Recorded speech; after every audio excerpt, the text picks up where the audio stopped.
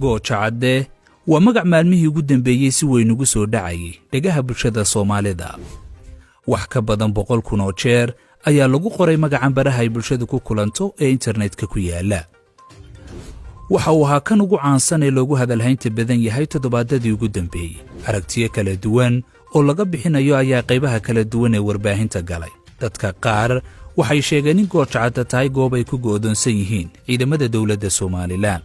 Kuwa kale ayaa ku sifeynayay god ay galeen ciidamada qaranku oo ay afarta jihaba kaga hareeraysan yihiin kooxaha kala aragtida duwan ee laascaanood kula dagaalamaya. Halka si weyn loo arkayay maleeshiya beelado ka imanaya deegaanada Soomaaliya qaarkood, gaar ahaan Puntland, oo warbaahinta u sheegayay inay ku socdaan Goojacade. Haddaba waa halkee Goojacade, maxay tahay, dagaalse ma ka dhaca? Ku soo dhawaada warbixin kooban oo iskiin bari doonta idinka iyo Goojacade. Sidoo kale waxaad wax ka ogaan doontaan furimaha hore ay ku dagaalamaan Somaliland iyo ciidamada huwantu. Goojacade waa deegaan uu ku yaalo mid ka mid ah saldhigyada militariga ay Somaliland ku leedahay gobolka Sool, gaar ahaan duleedka waqooyi ee magaalada Laascaanood. Waana saldhig ka tirsan taliska qaybta bari ee xaruntiisu tahay Og. Generaal lagu magacaabo Cali Barre Xuseen oo ah taliyaha aagga bari ee ciidanka qaranka Somaliland ayaa halkan ka arrimiya. balse waxa hadda ku sugan saraakiisha ugu aqoonta kartida iyo waayo aragnimada badan ciidanka qaranka jamhuuriyadda. ciidamo lagu qiyaaso 12 kun oo askari ayay hooy u tahay, waxaana halkan yaala saanad militari oo culus. inkasta oo xogaheeda aad loo ilaaliyay, haddana xogo kooban oo laga helay dhinaca satellite-ka iyo ilo ku dhowdhow ayaa muujinaya inay saldhigan ku sugan yihiin kontomeeye taangi oo ka kooban dhowr nooc oo midowgii Sovieti farsameeyeen oo ay ka mid yihiin T-55 iyo T-62. gantaalaha ruushku sanceeyo ee loo yaqaano BM-ka ayaa xoguhu daa qaadayaan in ka badan 70 xabo isugu jira nooca 40 dhuumood leh iyo kuwa 12 dhuumood leh ay ku sugan yihiin, waxaana dheer hoobiyeyaasha lidka diyaaradaha, noocyada madaafiicda goobta iyo ku dhawaad 8,000 oo tiknikada hubaysan iyo gaadiidka gaashaamane sida beebeeyada isugu jira. Goojacade waxay cidhifka waqooyi kaga beegan tahay kantaroolka dhinaca Garowe looga baxo ee magaalada Laascaanood masaafo dhan 8 kiiloomitir.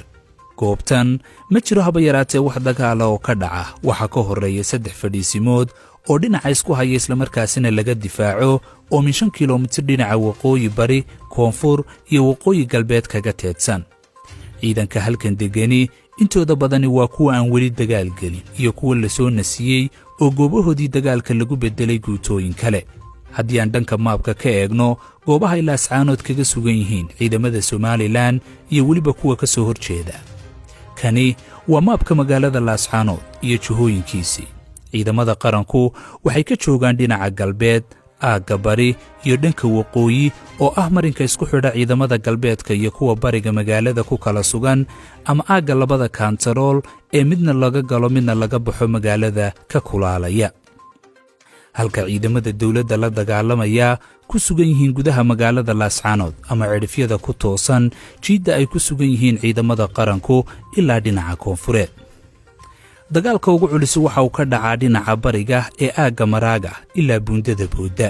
waxaa lagu sababeeyay si ay ciidamada huwantu u furtaan dariiqan oo isku xidha Garowe iyo Laascaanood, dhinacoodana u ah marin muhiim ah si ay gurmadka iyo taakulaynta ugu soo maraan. halka ay iminka laamiga ka degaan marka ay soo gaadhaan Gambadha oo Laascaanood u jirta ku dhawaad 30 kiiloomitir, isla markaasina socda 50 kiiloomitir oo rafa dhinaca hawdka, waxayna ka soo galaan magaalada dhanka koonfureed oo ah albaabka keliya ee u furan kooxaha dawladda dagaalka kula jira.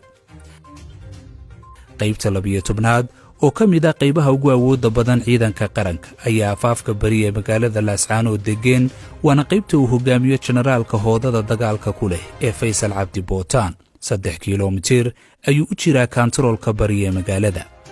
dagaalka labaad waxa uu ka dhacaa dhinaca galbeedka oo ay huwantu isku daydo inay kala xidhaan ciidamada galbeedka iyo kuwa bariga ee Somaliland. albaabka galbeed waxaa ku sugan ciidamo teedsan tuulada Yogoori ilaa taliska Goojacade, waana ciidamada uu hogaamiyo generaalka la mari waayey ee Mahad Cambaashe.